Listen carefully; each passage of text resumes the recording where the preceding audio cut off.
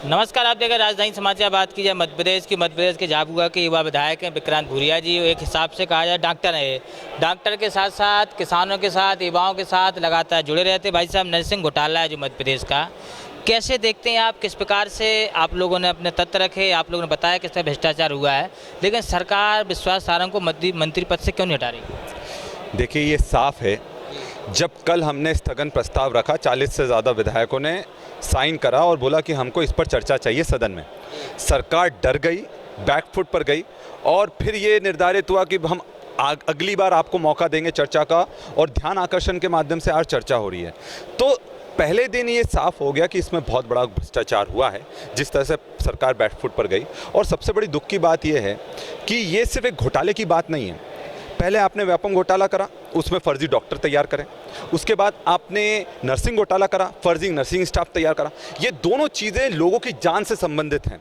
आपने युवाओं का भविष्य तो खराब करा ही करा, उसके साथ में पूरे प्रदेश के जो जनता है उसके जान पर खेलने का काम आपने करा है।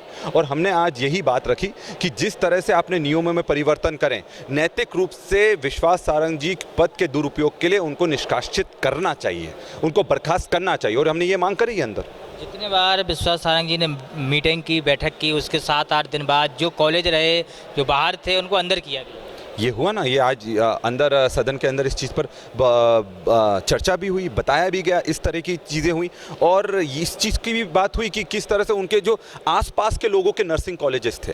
तो अगर मंत्री अपने आसपास वालों में के पास बंदरबाट कर दे, और मैंने एक चीज़ सदन में बोली, मैंने कहा कि कुल मिलाकर नर्सिंग गवर्नमेंट कॉलेजेस 16 हैं, उसमें से 8 की मान्यता रद्द हो गई। मतलब आप जब गवर्नमेंट कॉलेज को ठीक नहीं कर पा रहे हो और प्राइवेट कॉलेजेस के एक भरमार लगा रहे हो, जैसे ही बीजेपी की सरकार 219 नर्सिंग कॉलेजेस स्वीकृत हुए, आपको पता है 219। और एक बिल्डिंग में 3-3, 9-9, एक जगह तो 9 नर्सिंग कॉलेजेस का रजिस्ट्रेशन है। तो ज़बरदस्त भ्रष्टाचार है, युवा ज़बरदस्त नाराज़ है। और इस चीज़ में हम सरकार को और विश्वास सारंग जी को इतने आसानी से जाने नहीं देंगे। हमने उनके इस्तीफे की मांग करी है और मैंने विधानसभा में ये भी मांग करी है कि इस पर विधानसभा की भी एक कमेटी का गठन होना चाहिए, क्योंकि कोर्ट में जो केस चल रहा है वो चल रहा है सूटेबल अनसूटेबल, मतलब उपयुक्त और अनुपयुक्त कॉलेजेस को लेकर।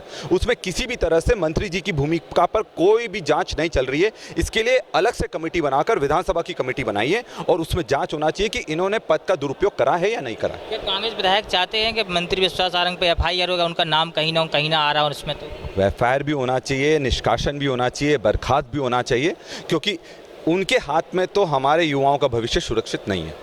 क्या कहना चाहते हैं? आपके क्षेत्र से भी 3 मंत्री हैं, क्या उनने इस मुद्दे पर कहीं छुआ, कहीं बातचीत की? क्या इनमें तो डंडा चलता है, चुपचाप बोलते हैं, बैठ जाओ तो बैठ जाते हैं, खड़े हो जाओ तो खड़े हो जाते हैं। कोई भी मंत्री ने किसी भी तरह से नहीं बोला। और सबसे बड़ी बात यह है कि हर व्यक्ति के क्षेत्र में इस तरह का घोटाला हुआ है। आप सोचिए, इतनी बड़ी स्तर पर घोटाला हो गया और उसका संज्ञान कोर्ट को लेना पड़ा, तब जाकर वो उजागर हुआ है।